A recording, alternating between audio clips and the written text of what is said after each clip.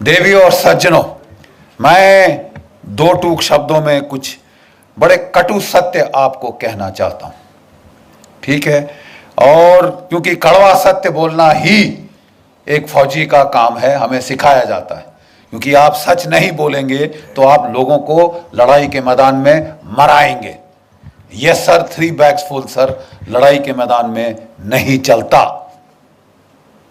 मैं कहना यह चाहता हूं, ये सवाल देखिए, हमारे देश में एक बड़ा मधुर गीत है, दे दी हमें आजादी बिना खड़क बिना ढाल, साबरमती के संत तूने कर दिया कमाल। मैं महात्मा गांधी जी की तहे दिल से इज्जत करता हूं। वो संत थे, लेकिन वो सच बोलने वाले थे। और भगवती कृपा से अगर आज वो जीवित होते तो वो खुद बोलते कि ये मेरी वजह से नहीं हुआ, जिसकी वजह से हुआ उसको आपने जिंदा गाड़ दिया, दफना दिया। आप समझ रहे हैं मैं क्या कह रहा हूं? आपने गाड़ दिया। You are guilty, I am guilty, all of us are guilty. जिस आदमी ने, जिस शख्स ने और जिसके सैनिकों ने हमें आजादी दी, आपने उनको जिंदा दफना दिया। 60,000 की इंडियन नेशनल आर्मी थी जो सुभाष चंद्र बोस ने रेस करी थी, खड़ी करी थी। 3 डिविजन्स थी इसके अंदर, और इनमें से 60,000 में से 26,000, जरा आंकड़ों पे ध्यान दीजिए, 60,000 में से 26,000 शहादत और कुर्बानी उनको मिली, प्राप्त हुई। वो लड़ते लड़ते मरे ताकि आप और मैं आजाद हों। 26,000 की कुर्बानी, और आप कह रहे हैं दे दी हमें आजादी बिना खड़क बिना ढाल। तुम्हारा मैं मुंह तोड़ दूं, तुम मेरे पास आके गाओ। नहीं साहब, आपको हक क्या है? वो 26,000 जो हमारे परिवार, जो वहां जिनके घर में मातम मना है, आप उसको भुला सकते हैं कि हमने साहब लाठी खाई, हम प्राइम मिनिस्टर बनेंगे, हम क्या कहते हैं, होम मिनिस्टर बनेंगे। अरे लाठी तो मेरी भैंस भी खाती है साहब, मेरे गांव में वहां लाठियां पड़ती हैं। अब उसको कल हम हर भैंस को यहां बिठाएंगे क्या? भैंसासुर बनाएंगे किसी को? देखिए साहब, ये दुख की बात ये है। बोले साहब, बख्शी साहब, गड़े मुर्दे क्यों उखाड़ रहे हो? आज की बात करो ना। Where you are going depends a lot on where you came from. आप कहां जा रहे हैं, हम कहां जा रहे हैं, बहुत हद तक मुनस्सर है हम कहां से आ रहे हैं साहब। किस मोड़ से हमने ये गांव का राह पकड़ी, ठीक है। और इसके लिए अपने अतीत को याद करना जरूरी है, क्योंकि हमारे अतीत में छुपा हुआ एक बहुत बड़ा धोखा है, एक बहुत बड़ा धोखा है। पहले हमें कहा जाता था साहब, आप कहते हैं कि बोस ने आजादी दिलवाई, क्या प्रूफ है आपके पास? तो वो रंजन बोरा की जो हिस्टोरिकल जर्नल ऑफ इंडिया के अंदर एक आर्टिकल है जिसमें इसको साइट किया गया है। मजूमदार की एक किताब है जिसमें इंटरव्यू साइट किया है कि साहब ये Clement Attlee, Lord Clement Attlee, prime minister of England 1945, अगस्त 1945, 1950, जिसके समय ये ट्रांसफर ऑफ पावर हुआ। मैं आजादी नहीं बोल रहा, हैव यू गॉट मी? मैं आजादी नहीं कह रहा साहब। जिसके सामने ये, जिसके समय में, जिसके कार्यकाल में ये ट्रांसफर ऑफ पावर हुआ, उसने खुद बात करी जस्टिस पीबी चक्रवर्ती से, ठीक है। और उसने कहा, जो सुब्रमण्यम स्वामी जी ने आपको अभी सुनाया, कि साहब आपने भारत क्यों छोड़ा? 1942 की क्विट इंडिया मूवमेंट, अंग्रेजों भारत छोड़ो आंदोलन तो फेल हो चुका था। 45 में आप विश्व युद्ध जीत चुके थे, आप तो 30 मार कहां थे उस वक्त? आप साहब इतनी जल्दी उड़न छू क्यों है? उसने बोला 3 शब्द, Indian national army, Subhash Chandra Bose. 3 शब्द। लेकिन वो भी देखिए साहब, शातिर, लीगल दिमाग, उन्होंने वहां नहीं छोड़ी बात। नहीं तो फिर साहब मुझे ये बताइए कि महात्मा गांधी की freedom, non violent freedom struggle का आपके जाने पे क्या इंपैक्ट था? वो कहते हैं, and I quote, Attlee's face twisted into a sarcastic smile as he spat out the words MINIMAL, minimal. ये कौन कह रहा है साहब? जिसने ये फैसला लिया, जिसने ये हस्ताक्षर किए। उससे बड़ा कोई चश्मदीन गवाह आप ढूंढ सकते हैं तो बता दीजिए। लेकिन हमें बोला गया साहब नहीं नहीं नहीं नहीं नहीं बख्शी साहब, if you are a historical scholar how can you, ये तो टर्शियरी एविडेंस है। किसी ने किसी को कहते सुना, उसने रिकॉर्ड किया, उसने आर्टिकल में लिखा, आप उसको ला रहे साहब, this is not primary source. तो लेडीज एंड जेंटलमैन, देवियों और सज्जनों, मैं कहना चाहता हूं कि पिछले कुछ दिनों से हमारा INA trust, Netaji Subhash Chandra Bose INA trust और हमारे कुछ सहयोगी, खासकर डॉक्टर कल्याण कुमार डे, किसी दिन हम लोग इस शख्स का इज्जत से नाम लेंगे। इन्होंने जाके लंदन में ट्रांसफर ऑफ पावर आर्काइव्स में कई सालों का रिसर्च किया। इन्होंने उसको लाके एक छोटा सा मोनोग्राफ बनाया और मेरे पास बेचारे लेके आए। ये अमेरिका में रहते हैं, वहां काम करते हैं, डॉक्टर कल्याण कुमार डे। बोले जनरल साहब जरा ये देखिए। साहब मेरे रोंगटे खड़े हो गए। उन्होंने चिट्ठियां पूरी की पूरी, ही डिड नॉट साइट कि साहब ये डॉक्यूमेंट है, वो पूरी पूरी चिट्ठी रिप्रोड्यूस करती है साहब। और इनकी बुनियाद पे अब मेरी किताब में लाना चाहता हूं, बोस और Gandhi, who made India free.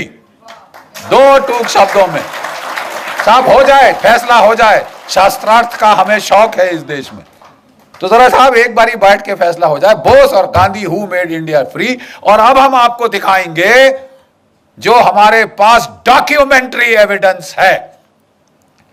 इस प्रोसेस में उनके साथ मिलकर हमने कहा पहले आइडेंटिफाई करिए कि अंग्रेज सरकार में कौन की डिसीजन मेकर्स थे जिन्होंने भारत की आजादी पर जो है फैसला लिया। मेरे पास वैसे स्लाइड्स भी है लेकिन मैं जबानी आपको बोल दूंगा, समय नहीं व्यर्थ करूंगा। पहला चश्मदीन गवाह, पहला एक्टर लॉर्ड क्लेमेंट एटली, जिसकी मैंने बात अभी करी है। ठीक है साहब। लंदन में Pethick Lawrence, secretary of state for India, Simon Cripps, वो क्रिप्स मिशन वाला, वो उस वक्त ट्रेड का सेक्रेटरी था बट उसने भारत के इसमें बहुत भारी रोल अदा किया है। न्यू दिल्ली में आइए, viceroy, viscount Wavell, field marshal Wavell जो कि वॉयसरॉय था और पहले इंडियन आर्मी का चीफ था। ये चश्मदीन गवाह, क्रिटिकल डिसीजन मेकर। उसके बाद आई एम जस्ट कमिंग, उसके बाद फील्ड मार्शल लॉकिनले, he became field marshal in this thing, उस वक्त commander in chief, longest serving British Indian army officer, पूरी सर्विस ये ब्रिटिश इंडियन आर्मी की फौज में उसकी थी। दिल्ली में ये दो क्रिटिकल जो थे वो डिसीजन मेकर्स थे। ठीक है साहब। होम सेक्रेटरी मूडी शूडी है वगैरह, ये क्रिटिकल ये जर्नल थे दो, एक दोनों फील्ड मार्शल, सॉरी दोनों के दोनों फील्ड मार्शल बन गए। Governors of the various states of British India, governor of Bengal, governor of north west frontier province, governor of Punjab, जब नवंबर 1945 में साहब INA की ट्रायल्स के बाद बवाल खड़ा हुआ इस देश में, बवाल। ठीक है साहब। गदर फैल गया, क्राउड्स, लाखों के क्राउड्स कलकत्ता में निकले। गवर्नर वेस्ट बंगाल रिपोर्ट देता है, हमने फायर खोला, भीड़ थोड़ी देर तक वेवर हुई, फिर दोबारा हमले पे आ गई। अपने लाशों को उठा के साइड करके वो फिर हमले पे आ गए। हमने पहली बार भारतवर्ष में देखा है ये होता हुआ। The crowds would not stop, even when fire was open the crowds did not stop. इस तरह का बवाल वहां पे मरो या मारो की जो ये जो हिंसा की जो लहर फैली थी। ठीक है साहब। उस वक्त के हम आपको इस किताब में पूरे के पूरे जो है वो letters from Lord Wavell, from viscount the Wavell to the prime minister of England, ठीक है साहब, to his majesty the king, ठीक है साहब, और जो वहां सेक्रेटरी ऑफ स्टेट, उसको जो उन्होंने वहां पे भेजे जो लेटर्स, हम आपको पूरे के पूरे पढ़वाएंगे साहब। और उसके बाद अगर आप मतलब कोई एक गधा है जिसको यह समझ नहीं आएगी कि साहब अंग्रेज गए तो गए क्यों। देखिए साहब, कल्याण डे साहब ने अपनी किताब जो है वो शुरू की है गांधी जी से। 42 में क्विट इंडिया मूवमेंट को उसका नारा लगाया गया। क्या आप जानते हैं कि उस वक्त कांग्रेस वर्किंग कमेटी में आजाद मौलाना आजाद, नेहरू, इन सब ने कहा था साहब मत करो, अभी अंग्रेज लड़ रहे हैं, अभी उनका साथ दे दो, बाद में वो बड़े खुश होके हमको हमारी भिखारी की टोकरी में, हमारी पिटारे में वो डाल देंगे आजादी एज ए गिफ्ट। तो बोले साहब ये बख्शीश तो वर्ल्ड वॉर 1 के बाद भी हुई थी। 70,000 हमारे भारतीय सैनिक शहीद हुए थे, 11 को विक्टोरिया क्रॉस मिला, परमवीर चक्र के बराबर जो है आज का वहां का उन जमाने का अवार्ड। हम समझते थे कि साहब हमें अब कम से कम डोमिनियन स्टेटस तो मिल जाएगा साहब, होम रूल तो मिल जाएगा साहब। पंजाब जहां से मैक्सिमम आर्मी उस वक्त की गई थी, वहां पे जनरल डायर ने फायर खोला और 1000 मार दे, 1-1.5 हमारे जो है हिंदुस्तानी मार डाले। ये गिफ्ट था ब्रिटिश एम्पायर का, ये ग्रेटिट्यूड था ब्रिटिश एम्पायर का। सुभाष चंद्र बोस ने गांधी जी को बोला था, आप अगर इनकी खैरात पे जीभ लगा के बाहर खड़े रहोगे भिखारी कुत्तों की तरह, तो तुम्हें वही हर्ष होगा जो जलियांवाला बाग में हुआ था। यह मौका है द्वितीय महायुद्ध का, जब जर्मनी और जापान चढ़े हुए हैं इनकी गर्दन पे। आजादी ले सकोगे तो अभी, नहीं तो कभी नहीं। गांधी जी अब तक उनको भी देखिए, बड़ी अजीब बात है, गांधी जी ने निकाला था सुभाष चंद्र बोस को कांग्रेस से, और कोई 2 साल के अंदर उनके मन में परिवर्तन हो चुका था। Please understand this, the views of Gandhi and Bose were now coinciding on the timing of when the freedom struggle should be launched। Gandhi ji अभी भी कह रहे थे कि ये नॉन वायलेंट होनी चाहिए, लेकिन क्विट इंडिया के पहले उन्होंने कहा थोड़ा सा होता है तो होने दो, ठीक है। अंग्रेजों ने पकड़ के सारी कांग्रेस लीडरशिप को, आज की तारीख, आज है वो तारीख 8 अगस्त 1942 जब the quit India movement was launch. उनको पहले से इंटेलिजेंस थी, उनके हजारों तो उनके मुखबिर थे वहां पे। हरामजादगी की कमी है इस देश में, खबर देने वालों की कमी है इस देश में। अरे साहब वो उनको खबर थी, उन्होंने वो लपेटी पूरी कांग्रेस की लीडरशिप, गांधी जी से लेकर जो भी बड़े लीडर थे उठा के जेलों में डाल दिए। 57 गोरी पलटने, please this is not known. 57 white battalions of British troops, Australians, Canadians, New Zealanders, इसको इस्तेमाल किया कि रगड़ दो इनको, कुचल 10 सालों का सर, ये सर उठाने की हिम्मत करिए, चर्चिल ने बोला वहां से, और बोला अगर ये फास्ट पे जाता है मरने दो इसको, हम संभाल लेंगे, let him die, why is he not dead, ये चर्चिल से सवाल आया। बेचारों ने फास्ट किया, सब कुछ किया, उन लोगों ने बोला गांधी जी अब रहने दीजिए, ठीक है, ये अब वो सोल फोर्स का जमाना नहीं। और साहब इनको निकाला गया जेल से 44 के जुलाई के अंदर, 44 की जुलाई में निकाला गया, जबकि जापानी फौज हार चुकी थी। आयन ने वहां पे इम्फाल कोहिमा की बैटल पराजय हो चुकी थी। अब इनकी सांस में सांस आई, इन्होंने गांधी जी को निकाला। गांधी जी ने कई सारे इंटरव्यू दिए आने के बाद, जो collected works of Mahatma Gandhi से हमने चैप्टर 1 में प्रोफेसर साहब हमने डाले, वो टूट चुके थे बेचारे। अंग्रेजों ने क्या किया क्या नहीं किया भगवान जाने, जेल के अंदर वो टूट चुके थे, इन हेल्थ, इन स्पिरिट। उनको मेडिकल ग्राउंड्स पे बाहर निकाला गया था, ठीक है। और उन्होंने कहा कि देखिए, जब उन्होंने क्विट इंडिया मूवमेंट लॉन्च की थी, पूरी कांग्रेस वर्किंग कमेटी ने अपोज किया था, Gandhi had said no it will be done, it was done. जब वो निकल के बाहर आए, कहते मेरी कोई अब अथॉरिटी नहीं है, मैं अब कुछ नहीं हूं कांग्रेस में, जब मैं जेल गया मेरा सब पोजीशंस खत्म हो गई। ये उनके शब्द हैं, ये उनके शब्द हैं। और इसके चलते मैं किसी को नहीं कह सकता सिविल डिसोबीडियंस मूवमेंट करो। एक अंग्रेज पत्रकार ने पूछा, तो अगर कल आपको वायसराय साहब बुलाते हैं तो आप क्या कहेंगे? मैं गवर्नमेंट के वॉर एफर्ट में उनकी सहायता करूंगा। डिफीट, टोटल, खत्म, खलास, फिनिश। आपकी जो नॉन वायलेंट मूवमेंट थी साहब, वो कुचल दी थी अंग्रेजों ने by use of brutal force, ठीक है साहब। और ये मिरेकल कैसे हुआ? उन्होंने, अंग्रेजों ने एक और जलियांवाला बाग करना चाहा, साइकोलॉजिकल जलियांवाला बाग।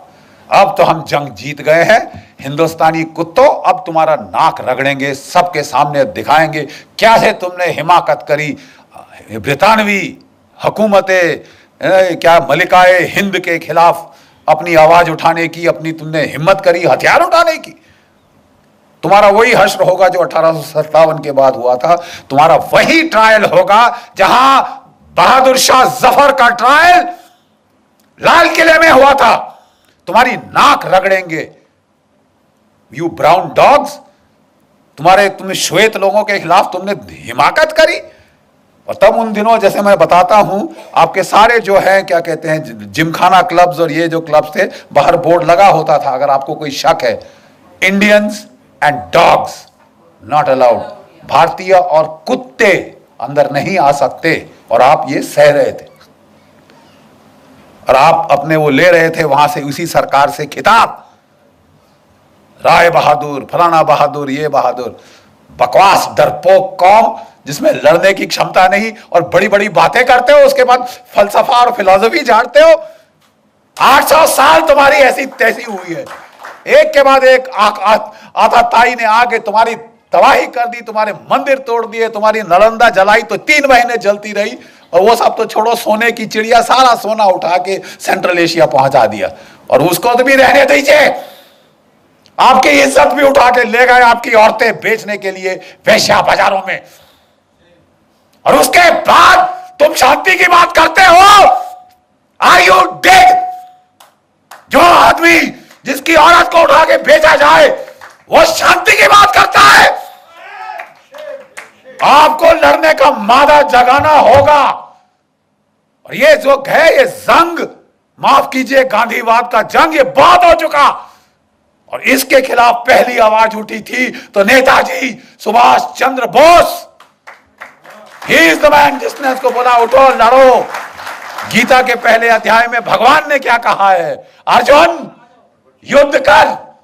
बड़ी बड़ी फिलॉसफी मत झाड़ मेरे को कि साहब अपने भाई को मारूंगा, अपने दादा को मार दूंगा, गुरु को मार दूंगा तो क्या राज्य का फायदा। उन्होंने कहा वो सब ठीक है, लेकिन अगर तू इन्हें नहीं मारेगा अर्जुन, ये तेरे को मार डालेंगे, निर्दयता से तेरी बोटी बोटी काट डालेंगे। समझ गया? अब तू उठ और तू लड़। आपके लिए भी समय आ गया है कि जो क्षात्र भाव है उसको प्लीज जगाइए।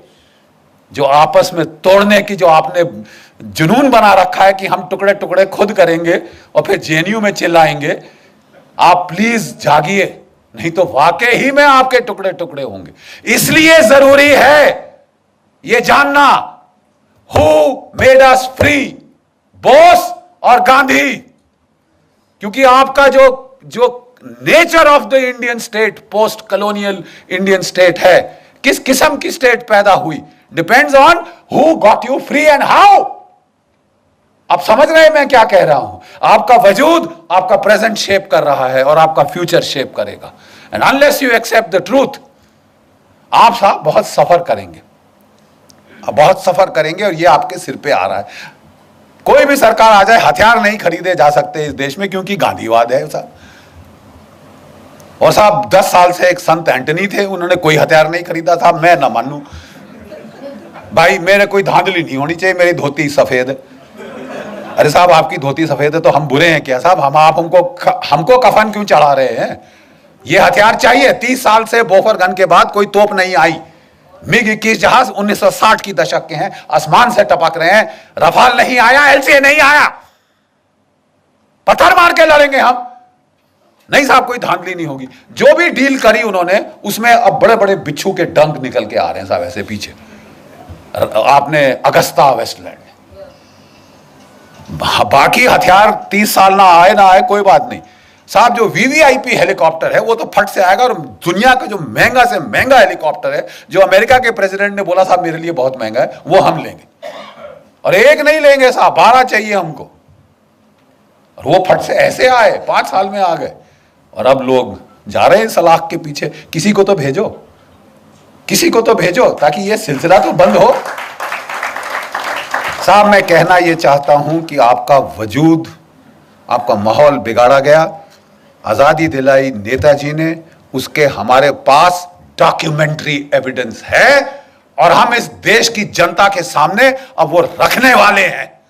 हम आपको चिट्ठियां पढ़वा देंगे। और कोई हिस्टोरियन को कोई शक है तो साहब हम आपको चिट्ठियां आपके साथ बैठ के पेन के साथ अंडरलाइन करके देंगे। साहब ये जरा पढ़ लीजिए, इसका मतलब क्या है। अंग्रेजी शायद दो मतलब आप निकाल सकते होंगे। We will show you mountains of documentary evidence, क्योंकि पहले हम चुप हो जाते थे कि यार ये हिस्टोरिकली शायद मेरे को रिसर्च मेथोडोलॉजी पे फॉल्ट कर रहा है। मैं कहना चाहता हूं कि अब हमारे पास सारी किताब की किताब पोथियां हैं डॉक्यूमेंट्स की, documentary evidence, first person primary evidence. और ये आप लोग देखेंगे हमारे देश की त्रासदी क्या है। आजादी दिलाई नेताजी ने, सुभाष चंद्र बोस ने। अंग्रेजों ने बोला नाक रगड़ेंगे, बम फट गया। जिस आईएनए की खबर उन्होंने छुपा के रखी थी 5 साल लड़ाई के, 6 साल लड़ाई के, वो एकदम से बाहर आई। उन्होंने बोला बहुत पब्लिक ट्रायल होगी ताकि हिंदुस्तान की फौज ठंडे पसीने माथे पे आ जाए कि हम फांसी पे टांगेंगे सालों, जैसे 1857 में टांगा था। लेकिन एक फर्क था, 25 लाख भारत की फौज की नफरी हो चुकी थी सेकेंड वर्ल्ड वॉर के एंड तक। 25 लाख, आज 13 लाख। अब समझ रहे हैं, 22.5 मिलियन, 25 लाख फौज थी जो हर मैदान जंग लड़ चुकी थी। अंग्रेजों के दांत तो खट्टे क्या, जर्मनों के दांत खट्टे किए थे, आपके जापानियों से लड़े थे, ठीक है, इटालियंस की ऐसी तैसी कर दी थी हमारी फौजों ने। और लड़ाई के आखिर तक अंग्रेज जर्नल अपने नीचे ब्रिटिश डिविजन्स नहीं, ब्रिटिश यूनिट्स नहीं, इंडियन यूनिट चाहते थे। बोलते साहब इनके खाने पे आधा खर्चा होता है, लड़ते दुगना है, लड़ते दुगना है। ये एक भारत एक महान विश्व शक्ति के रूप में उभर सकता था। प्लीज ध्यान से सुनिए जो मैं कह रहा हूं। भारत एक विश्व शक्ति के रूप में उभर सकता था क्योंकि 25 लाख की फौज विदाउट कंस्क्रिप्शन, बाकी सब जगह बाई फोर्स लोगों को भेजा जाता था फौज में, यहां वॉलंटियर होके 25 लाख है। ठीक है साहब, अगर ये सेना रहती, चीन क्या कौन सी ताकत थी जो इस देश का मुकाबला कर सकती थी। जाने के पहले अंग्रेजों ने इस फौज को 3.5 लाख कर दिया, 25 लाख से 3.5 लाख किया और उसका फिर 2 में बांट दिया। पाकिस्तान की फौज, हिंदुस्तान की फौज यहां से निकली। अंग्रेजों ने, ध्यान से सुनिए, अंग्रेजों ने जब जापान को जीत लिया, जर्मनी को जीत लिया, बोला यहां के लोगों का जो लड़ने का मादा ही खत्म कर देंगे। ऐसी पैसिफिक कॉन्स्टिट्यूशन इंपोज करी कि ये देश कभी उठ ना सके। अब तक जर्मनी जापान उठ नहीं पाए, आर्थिक रूप से कहीं भी पहुंच गए हो दुनिया में, militarily they count for zilch, 0।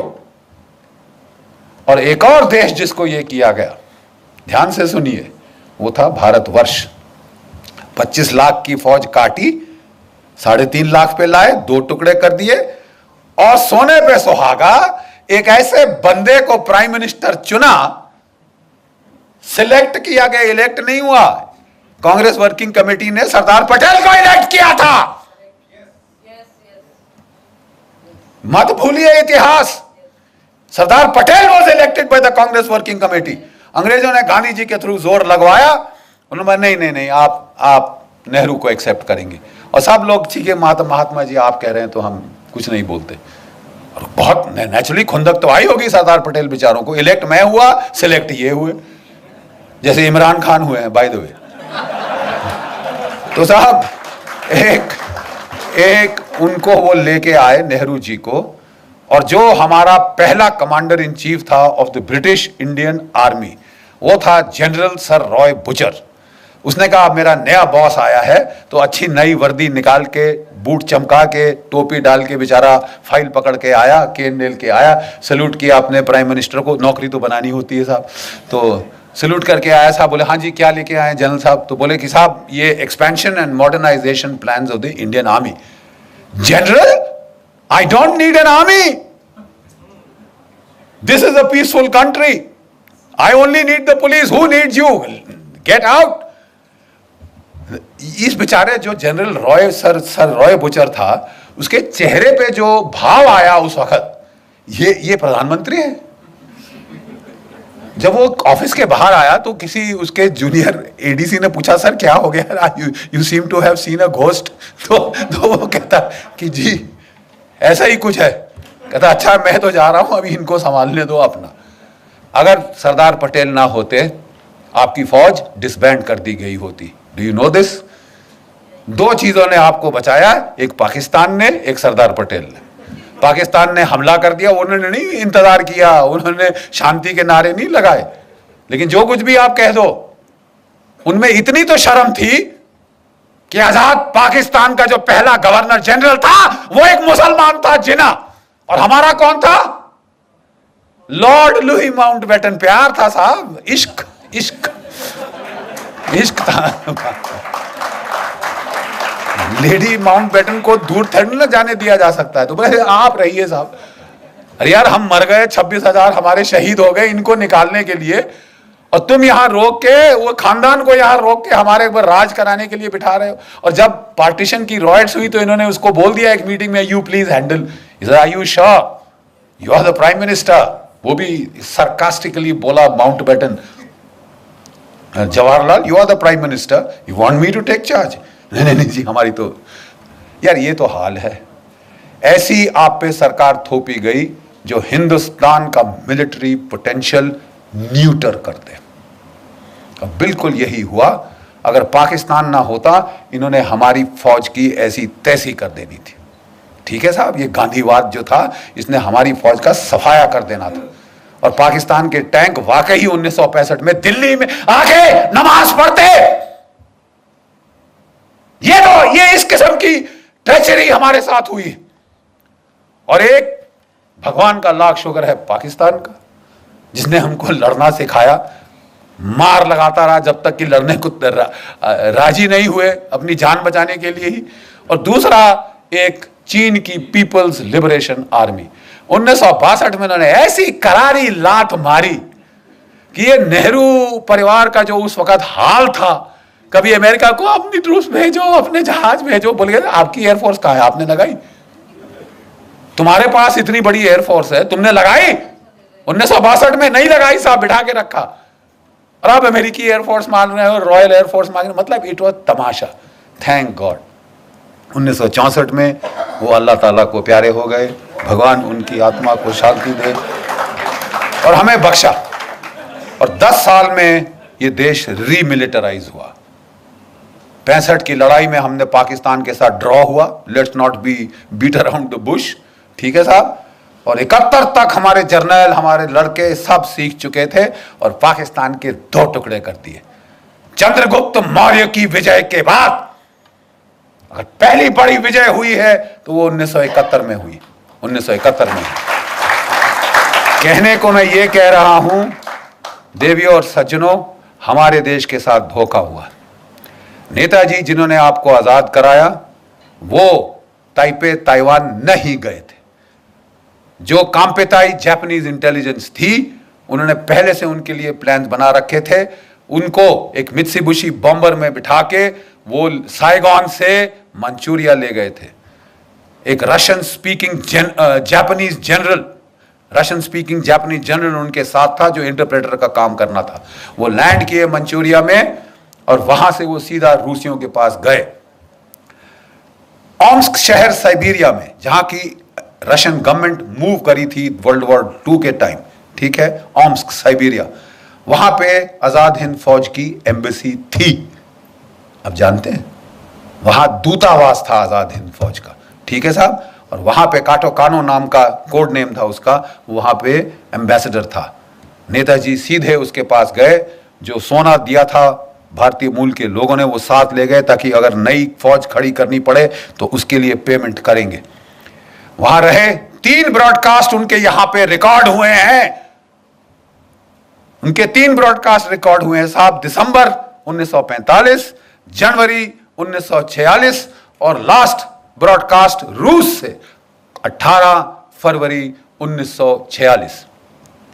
उसके बाद तब तक अंग्रेजों को बिल्कुल क्लियर पता चल गया था। अब तो रेडियो ब्रॉडकास्ट भी थे, एविडेंस लेके पहुंच गए स्टालिन के पास कि साहब ये तो हिटलर का साथ दिया इसने, तुम्हारा जानी दुश्मन, इसका कुछ करो। वो जॉर्जिन है ऐसा। अब वो था खुंदकी, सीधा लेज़नविस्की प्रिजन, सेल नंबर 45 साइबेरिया। यहां होम मिनिस्टर, होम सेक्रेटरी जो था मूडी अंग्रेजों का, वो लिखता है let him be where he is. ये लिखित है, मैं मुंह से नहीं कह रहा साहब। इट्स नॉट आपने मेरे को बताया, मैंने मेरी मम्मी को बताया, मम्मी ने मेरे पोते को बताया। Direct written recorded evidence. Let him be where he is. Hindustan में कोई जेल नहीं जो उसे रोक सके। हिंदुस्तान में पुष्पिंदर कोई जेल नहीं जो उनको रोक सकती थी अंदर। ठीक है साहब। और वहां पे उन्होंने सिर्फ एक चीज मांगी जो मेरी रिसर्च अभी तक मुझे बताती है, वी वांट टू इंटेरोगेट। हम नेताजी को इंटेरोगेट करना चाहते हैं। आप इंटेरोगेशन का मतलब जानते हैं? नहीं जानते तो यहां फौजियों से पूछिए, पूछिए इनसे इंटेरोगेशन का क्या मतलब होता है। लेडीज एंड जेंटलमैन, कटु सत्य यह है कि उनको टॉर्चर करके मारा गया। और जो ये कहानी थी प्लेन क्रैश की, जो जापानियों ने छोड़ी थी डिसेप्शन के तौर पे ताकि अंग्रेज उनके पीछा ना करें, उसको अंग्रेजों ने उठाया। भाई जो मर चुका है वो चीख थोड़ी ना मारेगा। और आप और मैं, हम हाथ पे हाथ धर के बैठे रहे। जब जिस इंसान ने आपको आजादी दी उसे यत्नाएं देकर प्लास्टिक का बैग्स आखिर में सिर पे लाके दम घोट के मार डाला गया हो। हम सारे इस मर्डर में शामिल हैं अपनी चुप्पी के मारे। और 70 साल के बाद भी आप चुप हो, लेकिन हम आपको चुप नहीं रहने देंगे। हम फौजी ने अब ये ठान लिया है साहब, हम आपको चुप रहने नहीं देंगे। बहुत अच्छा कहा हमारे मिश्रा जी ने कि साहब अभी समय है। हां, अब समय है। 14 अक्टूबर इस साल हम तमाम स्टेट कैपिटल्स में हमारी जो वेटरन्स इंडिया है, हमारी जो नेताजी सुभाष चंद्र बोस INA ट्रस्ट है, आपकी कर्नल साहब की जो ऑर्गेनाइजेशन है हमारी, हम लोग एकजुट होकर मिलकर, अलग अलग करेंगे तो बारिश जैसे कोई असर नहीं होगा। इकट्ठे बनोगे तो जलप्रपात बनेगा जो फाड़ देगा डैम की दीवार को भी। हम लोग सारे स्टेट कैपिटल्स में चलो दिल्ली का नारा लगा के वहां से लोग ला रहे हैं दिल्ली। सारी स्टेट कैपिटल्स में कोई संगठन की जरूरत नहीं है आपके। हम सिर्फ चाहते हैं, जैसे कर्नल साहब बहुत अच्छी तरह से बोलते हैं, अगर आप जय हिंद बोलने को तैयार हो आप जुड़ जाओ।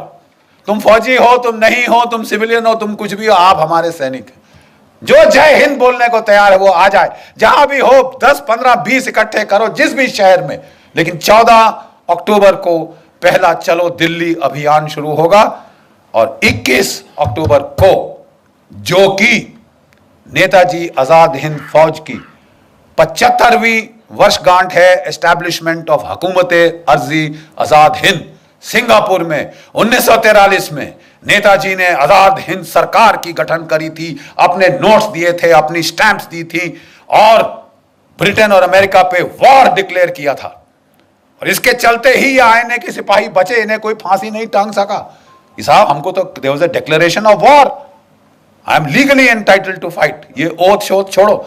अब साहब हमें बताया जा रहा है, हमने बोला साहब प्लीज, 4 साल से मैं लगा हूं, गवाह हैं ब्रिगेडियर चिकारा साहब, 4 साल से मैं लगा हूं, कभी आर्मी चीफ, कभी रक्षा मंत्री, कभी ये कभी वो, कि भाई जो बेचारे बचे खुचे हमारे आजाद हिंद फौज के सेनानी हैं, रिपब्लिक डे पे आप उनको, जो परमवीर चक्र के विजेता आते हैं जीपों पे, हमारे इन वृद्ध सेनानियों योद्धाओं को ला नहीं सकते, उनकी आंखें गीली हो जाएंगी।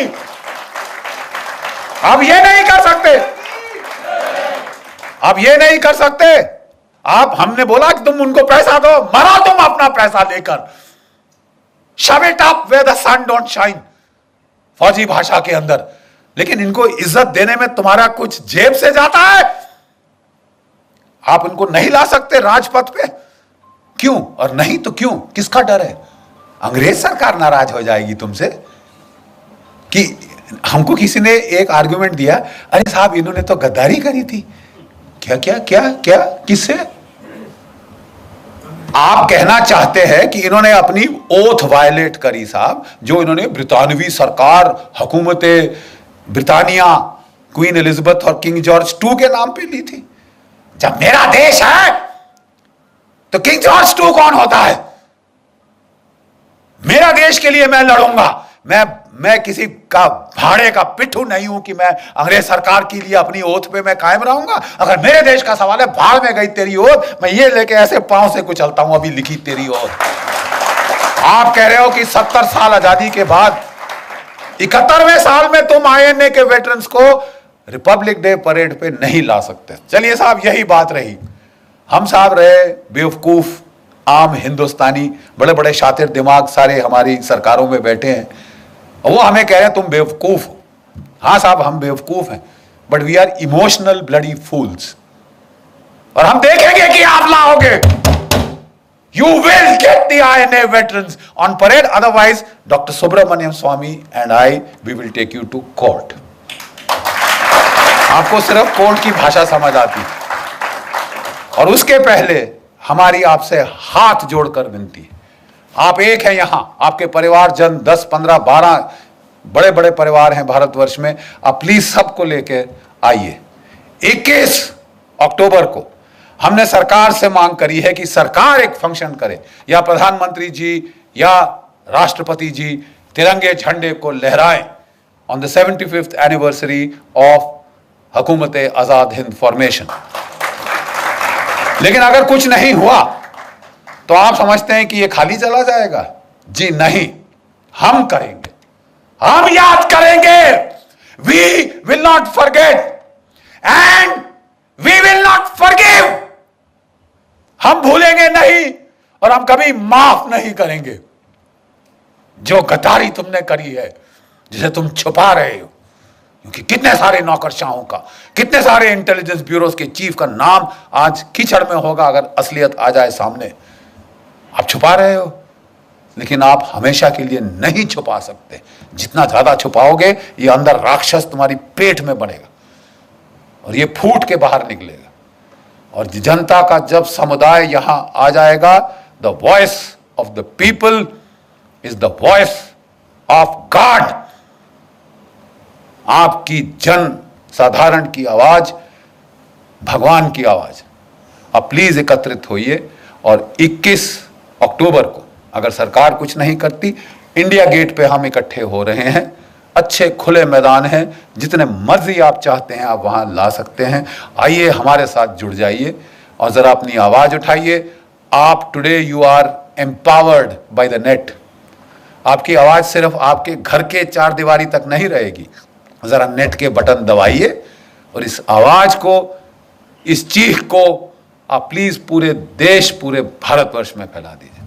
आखिरी में मैं सिपाही हूं और एक सिपाही की तरह अंत करना चाहूंगा। Pushpinder, sorry for taking your time, but जब भी हमारी पलटनें हमले के लिए जाती थी तो वो जोर से एक बार पलटन का जंगी नारा दहाड़ती थी, और दहाड़ इतनी जोर से कि पहाड़ से पत्थर मैंने गिरते देखे हैं कारगिल की ऊंचाइयों से, और दुश्मन के दिल दहल जाते हैं, क्योंकि इस दहाड़ का मतलब है हम आ रहे हैं सालो, we are coming to get you.